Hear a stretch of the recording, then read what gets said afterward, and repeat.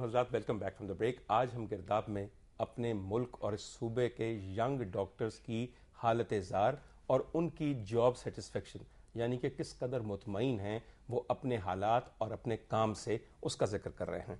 महसूस ये हो रहा है कि जिस किस्म के गिरदाब में ये घिरे हुए हैं वो शायद हम सब की सेहत और ज़िंदगियों पर असरअंदाज हो भी रहा है और इससे ज़्यादा होगा। मैं डॉक्टर उस्मान आपकी तरफ आना चाहता हूँ। एक बात बड़ी सिंपल सी, इस वक्त आप प्रेसिडेंट हैं यंग डॉक्टर्स एसोसिएशन सर्विसेज हस्पताल के। अमूमी जॉब सेटिस्फेक्शन यंग डॉक्टर के अंदर कितनी है, कितना मुतमईन है यंग मसीहा? सर एक तो प्रॉब्लम ये है कि गवर्नमेंट उसको डॉक्टर समझती है, ठीक है, लेकिन वो अवाम का हिस्सा भी है। अगर मैं डॉक्टर हूँ तो मेरे जो 6 घर वाले हैं वो डॉक्टर नहीं है।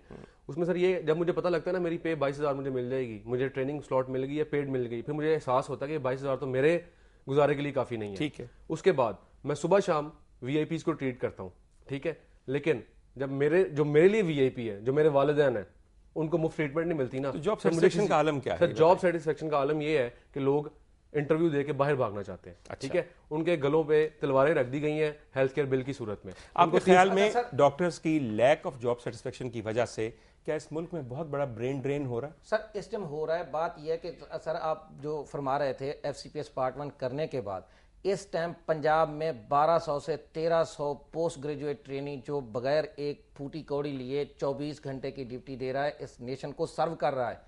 और सर दूसरी बात यह कि बहुत सारे ऐसे पोस्ट ग्रेजुएट ट्रेनी जो आज काम कर रहे हैं, जो 2-2 साल, 1.5 साल, 3-3 साल बगैर एक फूटी कौड़ी लिए चौथे साल में जाके उनको कोई रुपया पैसा दिया गया है जो 22,000 रुपए की सूरत में है। अब मुझे सिर्फ एक छोटी सी बात बताइए, आपने अभी फरमाया कि कई डॉक्टर अभी भी बगैर तनख्वाह के काम कर रहे हैं, उसकी जो भी वजूहात हैं। एक अस्पताल के अंदर जो एडमिनिस्ट्रेटिव स्टाफ है उसमें भी वो बहुत सारे ऐसे डॉक्टर हैं जो डॉक्टरी को छोड़ के, जो मरीजों के इलाज को छोड़ के अस्पताल की दवाइयां खरीदने पर लग गए, अस्पताल की बिल्डिंग बनाने और टेंडर खोलने और बंद करने और अपनी जेबें और पेट भरने में लग गए। बहुत सारे वो डॉक्टर्स हमारे यहाँ एडमिनिस्ट्रेशन कहलाते हैं। नहीं जी, मैं ऐसे आपसे अच्छा सर, मैं आप ना करें, ये बताना बताइए, चाहता हूं, हमारे सारे पंजाब के अस्पतालों में एक MS, एक AMS, एक DMS बगैर तनख्वाह के काम कर रहे हैं? बिल्कुल भी नहीं सर सबसे पहली बात बताइए, पहले मुझे फोर्स बताइए ना।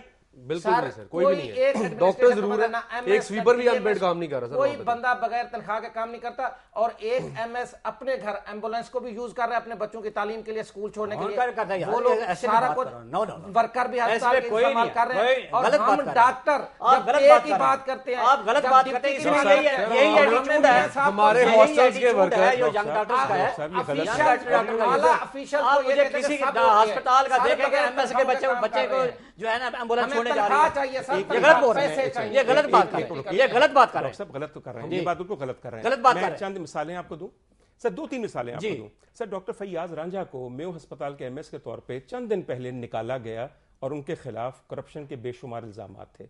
उसके बाद उनको EDO हेल्थ लाहौर में लगा दिया गया। उसके बाद इतने करप्शन के और इल्जामात थे। डॉक्टर फैयाज रांझा ने सारी जिंदगी क्या किया है? मेडिकल सुपरिटेंडेंटशिप। मेरी बात का बुरा ना मनाइएगा सर। नहीं, आप कह रहे हैं कि मैं मानता नहीं, तो इसलिए मुझे आपको सबूत देना पड़ा। सिर्फ आपके ये कहने से कि मैं नहीं मानता, दुनिया आपके मुताबिक आपकी हमफिक्र नहीं हो जाएगी। एक और बात डॉक्टर साहब, ये मुझे बताइए, आजकल हर जगह सिक्योरिटी का बहुत बड़ा इशू है। आप एक मामूली बर्गर बेचने वाले रेस्टोरेंट में जाएं तो आपकी पहले बॉडी स्कैनिंग की जाती है, आपको दरवाजे से गुजारा जाता है, आपको एक बॉम्ब डिस्पोजल वाला पूरा हर जगह देखता है।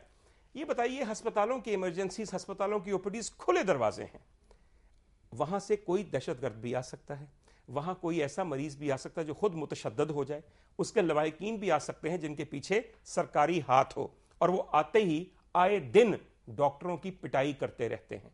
आप प्रोटेक्टेड फील करते हैं कि आपकी प्रोटेक्शन के लिए कोई काम किया गया? सर ऐसे हरासमेंट वाले माहौल में हम क्या काम करेंगे? आप मुझे कुछ इससे बताने की जरूरत नहीं है। 4 दिन पहले जिन्ना हॉस्पिटल में डॉक्टर्स को मारा गया। किसने मारा है? सर एक MNA थे नून लीग के, उनके वो लोग कहते हैं कि हम इस MNA के बंदे, उन्होंने मारा। ठीक है। उसके बाद सर 2 दिन पहले मेयो हॉस्पिटल में वहां के सिक्योरिटी गार्ड्स, आप सिक्योरिटी की बात करते हैं, वहीं के सिक्योरिटी गार्ड्स ने एक डॉक्टर को मारा। सर मैंने सुना है कि सिक्योरिटी गार्ड तकरीबन अपने 200-250 रखे हैं बगैर इंटरव्यू के, तमाम MPs पंजाब के नवाजने के लिए उनके सिफारशियों को। सर 200 बंदे जिस दिन इंटरव्यू होने थे, जब लोग इंटरव्यू देने आए उनको पता लगा कि सिलेक्शन हो चुकी है।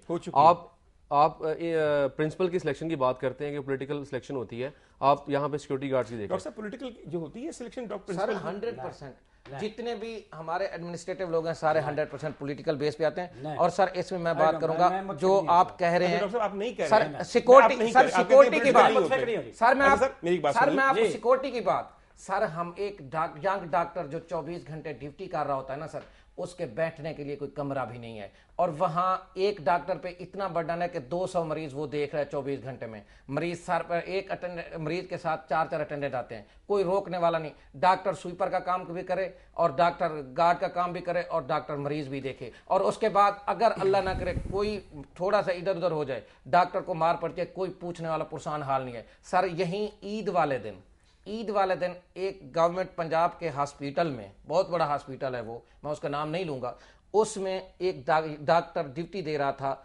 वो सुबह 8 बजे से शाम 7 बजे एक पेशेंट आया, और उस वक्त ऑक्सीजन, क्योंकि ईद के दिनों में ऑक्सीजन का थोड़ा प्रॉब्लम होता है, ऑक्सीजन नहीं मिली, वो भागता रहा डॉक्टर, उस वक्त के डिप्टी मेडिकल डीएमएस साहब के पास किया, ट्राई करता रहा, नहीं मिली, और पेशेंट के अटेंडेंट ने क्या किया, उस डॉक्टर को मारना शुरू कर दिया। किसका काम था? हमारा। डॉक्टर काम करने वाला, हम तो अपना जो कुछ कर सकते हैं अपना खून तक दे देते हैं मरीज को, अगर मरीज को चाहिए, लेकिन हमारे एडमिनिस्ट्रेटिव कहीं भी कोई सलूशन नहीं मिल रहा। और हम तनख्वाह की बात करते हैं तो गवर्नमेंट पंजाब ने जिसकी बात कर रहे थे सर कि हमें ऐसे मिल गए, सर उसके लिए हम जेलें गए, और पंजाब हुकूमत ने अखबार पे इश्तिहार लगाया था कि ये चंद लड़के हैं जो ये काम कर रहे हैं और इनसे बचा जाए। सर क्या हमारा हक नहीं था कि हमें तनख्वाह नहीं चाहिए? कोई एक गवर्नमेंट, सर एक गवर्नमेंट सर्वेंट बताएं, एक गवर्नमेंट सर्वेंट, मेरा चैलेंज है इस टाइम ऑन एयर कि एक गवर्नमेंट सर्वेंट कोई ऐसा हो जो गवर्नमेंट की मुलाजमत कर रहा हो और उसको पैसा ना मिल रहा हो। मैं कहता हूं कि एक सफाई करने वाला किसी भी महकमे में बताइए जो खाक रूब है, और मैं कह रहा हूं ये गवर्नमेंट सर्वेंट से बेहतर लोग हैं, क्योंकि सफाई करते हैं, गंद नहीं फैलाते, वो मुझे बता दीजिए जो बगैर तनख्वाह के काम करता है।